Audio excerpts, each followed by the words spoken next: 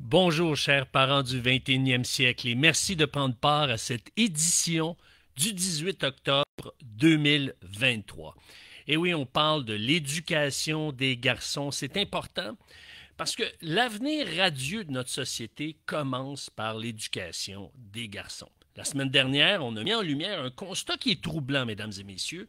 Les foyers où les filles et garçons grandissent ensemble sont souvent le théâtre de comportements violents chez les garçons. Alors, comment se fait-il que les mêmes personnes vivent au même endroit et la violence affecte ou anime davantage un genre plutôt que l'autre? Alors, on en a parlé la semaine dernière. Je vous invite à poursuivre cette lecture et à écouter cette capsule si vous l'avez manqué. C'est disponible sur ericlantier.net.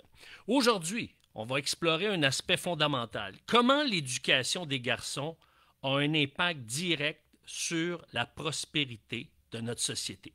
Alors, plus on investit dans l'éducation des garçons, plus notre société se porte bien. C'est ce que la science révèle, c'est ce que la recherche a pu déceler, découvrir. Et au fil de la saison, je vais vous amener des arguments en faveur de ce postulat-là. Parce que on a l'impression que, oui, il y a des iniquités entre les genres, mais parfois, c'est comme si on passe du tout à rien. C'est comme si on veut essayer de réparer une situation qui ne va pas bien, mais on oublie l'autre situation. C'est comme quand on prend soin d'un enfant qui ne va pas bien dans notre famille, mais on néglige, on oublie celui qui va bien et ça peut avoir un impact. Et c'est ce qu'on est en train de voir, c'est ce qu'on est en train de subir, même je pourrais vous dire, dans notre système scolaire, notre système d'éducation. Alors, parce que je vais vous dire une chose, les faits parlent d'eux-mêmes. En temps de crise économique, par exemple, les filles ont tendance à occuper des emplois dans des secteurs stables qui vont résister à la récession. Des emplois dans le secteur, par exemple, de la santé et de l'éducation. Donc, dans ces deux secteurs-là, on pourrait dire que, à toute fin pratique, 75% du personnel qui occupe des emplois dans les écoles, dans les hôpitaux, eh bien, est représenté à 75% par la gente féminine. Donc, voyez-vous, les femmes vont aller chercher des emplois qui vont justement leur assurer de la stabilité. Maintenant, c'est parfait, c'est correct que ça soit ainsi. Mais à l'inverse, les garçons qui ne reçoivent pas une éducation de qualité ont tendance à se retrouver dans des emplois à haut risque. Pas tous, parce qu'oubliez pas, ici, à notre émission, on parle de généralité. C'est ce que la littérature, la recherche a pu observer dans la majorité des cas et non dans la totalité des cas. Donc, ça arrive souvent que des garçons qui sont moins scolarisés, pour pouvoir obtenir un salaire qui est intéressant, vont accepter des emplois à haut risque. Et donc, ça a des conséquences sur l'ensemble de la société. Parce que si on dit plus de risques, plus de possibilités d'accidents, ça engendre des coûts sociaux à cela.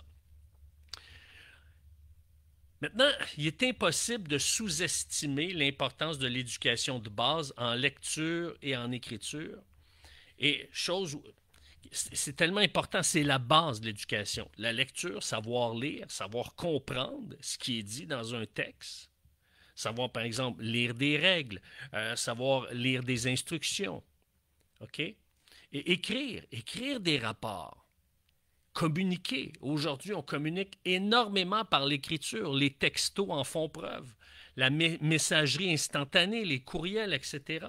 Alors, cette base est essentielle pour s'intégrer dans la société. Si on veut décrocher un emploi de qualité puis garantir un avenir financier stable, par exemple à notre famille, eh bien, il faut considérer l'importance de l'éducation, particulièrement l'éducation des garçons. En France, par exemple, je lisais une statistique, 71% des garçons n'apprécient pas l'école. C'est quand même beaucoup. On parle de un peu moins que le 3/4 des garçons. C'est énorme.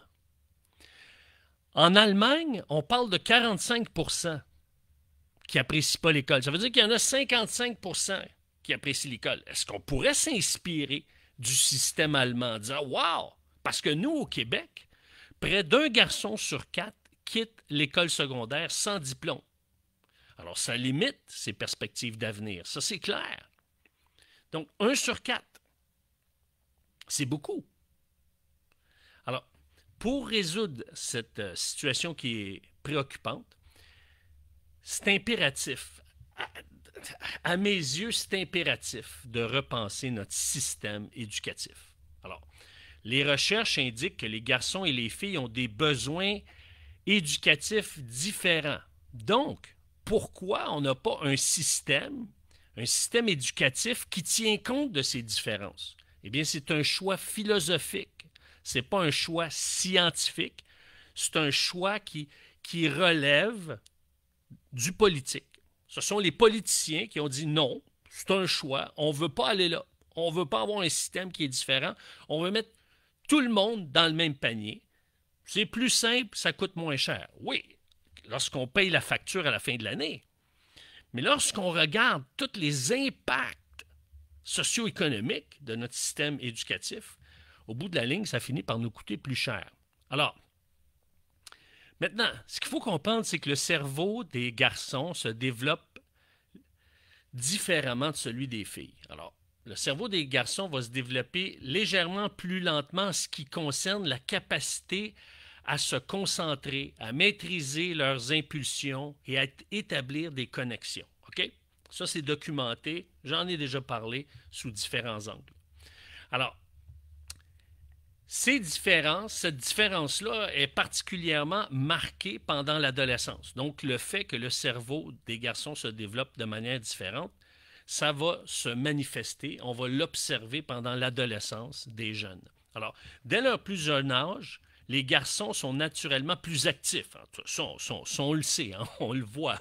Il suffit d'avoir eu des enfants, des petits-enfants ou d'avoir travaillé dans une école, c'est clair. Les garçons sont naturellement plus actifs.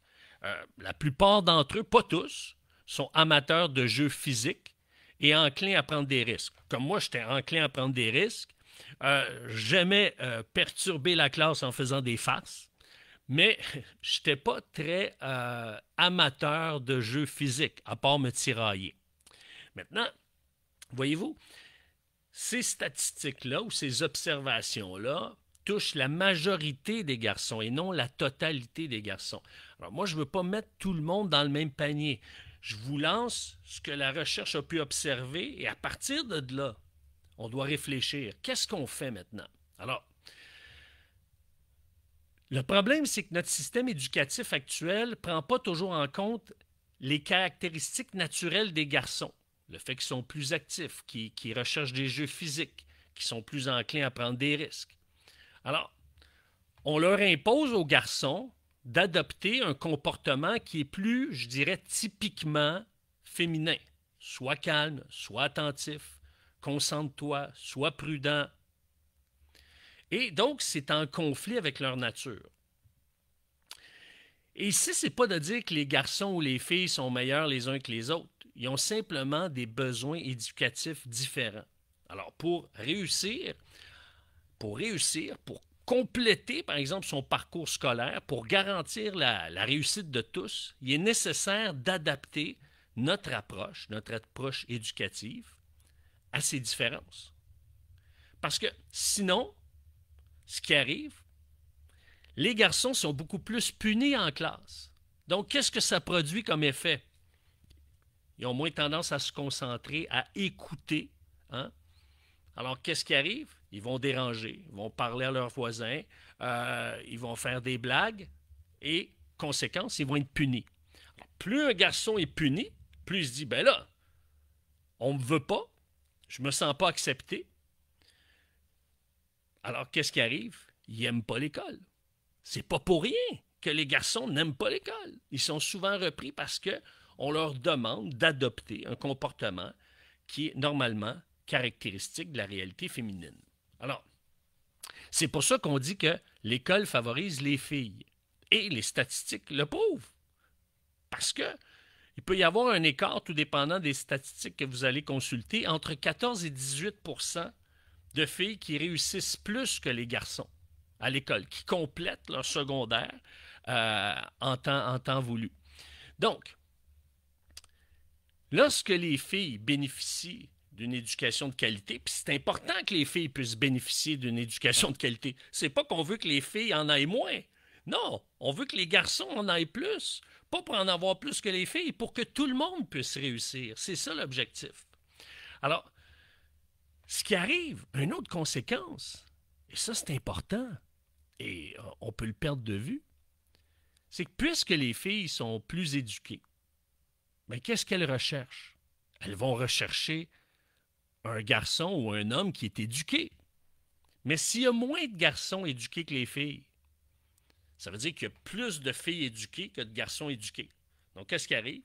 Il y a des filles qui se retrouvent avec des garçons qui sont moins éduqués, donc une satisfaction moins présente, surtout si on a une attirance intellectuelle vers les gens. Ou ça peut arriver que des filles se retrouvent seules parce qu'elles n'ont pas trouvé le correspondant. Donc, ça a un impact même sur la composition des familles, des couples. Alors, si le nombre de femmes éduquées dépasse largement celui des hommes, ça crée un déséquilibre des relations interpersonnelles. Alors, pour sortir du cercle vicieux qui persiste depuis plus de 40 ans, mesdames et messieurs, au Québec, là, bien, c'est important qu'on puisse réinventer notre système éducatif, encourager des méthodes d'enseignement qui sont novatrices, puis tester la séparation des sexes. J'y reviens, là. OK, je vous les ai lancés en rafale, mais c'est important que je puisse y revenir. Le premier point, c'est réinventer notre système éducatif. Il est temps de repenser notre approche en prenant en compte les différences entre les garçons et les filles. Alors, ça veut dire développer des programmes universitaires qui sont dédiés à l'éducation des garçons.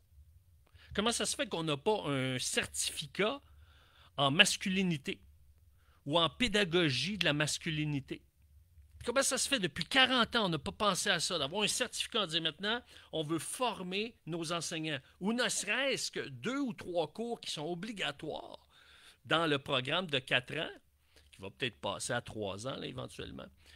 Un programme qui dit voici la pédagogie envers les garçons.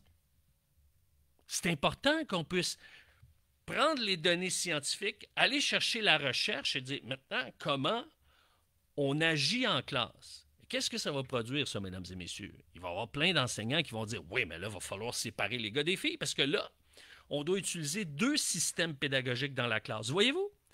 C'est une raison philosophique pourquoi on ne le fait pas. Parce qu'il y aurait des programmes pour ça. La recherche est déjà là-dessus. Alors, c'est important de répondre aux besoins spécifiques. Sinon, les garçons vont continuer, en majorité, à ne pas aimer l'école. Maintenant, encourager des méthodes d'enseignement qui sont novatrices. Donc, pour que nos écoles puissent encourager les garçons, les stimuler, leur donner le goût d'apprendre, bien, c'est important qu'il puisse y avoir des programmes éducatifs qui correspondent à leur passion, qui vont correspondre à leur passion, que ce soit en arts-études, en sport-études, etc. Vous allez me dire, ça existe déjà. Oui, ça existe, mais pas dans une proportion suffisamment grande. Parce qu'on veut un système scolaire où est-ce que tout est pareil, on met tout le monde ensemble, plutôt que chaque communauté développe ses programmes là où le nombre le justifie. Donc, normalement, ça prend en moyenne, pour qu'une école puisse bien vivre, au moins 300 élèves. Parce que la subvention est ce qu'on appelle par tête de pipe, par élève. Alors, le gouvernement va donner le même nombre à la fin de l'année. C'est aux communautés à gérer en fonction des programmes. Et lorsqu'un programme trouve preneur, bien, c'est là qu'on voit que ça fonctionne. Si on rouvre un programme de sport-études, par exemple, qui implique tous les sports, je ne sais pas moi, de raquettes, puis que là, on a 300 places, mais on a 500 demandes, ça veut dire que ça trouve preneur, ça veut dire qu'il y a des gens motivés à être là. Donc, c'est ça, encourager les méthodes d'enseignement et les projets éducatifs qui vont être novateurs. Et le dernier point, wow, je vois que le temps file, tester la séparation des sexes. des sexes. C'est important d'avoir des écoles pilotes pour voir à partir de quel âge c'est préférable de séparer les sexes. Donc, des classes pour garçons, des classes pour des filles, ou même des écoles pour garçons, des écoles pour des filles. D'avoir des projets pilotes pour voir à partir de quand ça vaut la peine de séparer les garçons et les filles. Alors, voyez-vous que l'avenir de notre société commence par l'éducation des garçons, du moins par leur donner davantage le goût de poursuivre leurs études et d'aller encore plus loin que le secondaire. Alors, si cette émission vous a plu et si elle vous a rejoint et que vous désirez qu'elle continue à être diffusée sur les ondes du 92.7 FM, eh bien, je vous invite à m'écrire à coach@ericlantier.net. C'est coach@ericlantier.net. Si vous voulez en savoir davantage sur la culture genrée, vous allez sur ericlantier.net sur l'onglet ressources et vous allez avoir justement des questionnaires, des quiz sur la culture genrée. Qu'est-ce qui différencie une culture organisationnelle des hommes et des femmes? Je vous invite à répondre à ce questionnaire-là et vous allez voir, c'est impressionnant ce qu'on peut découvrir là-dessus. Sur ce, chers parents du 21e siècle, eh bien, je vous dis au revoir et à la semaine prochaine. Ciao!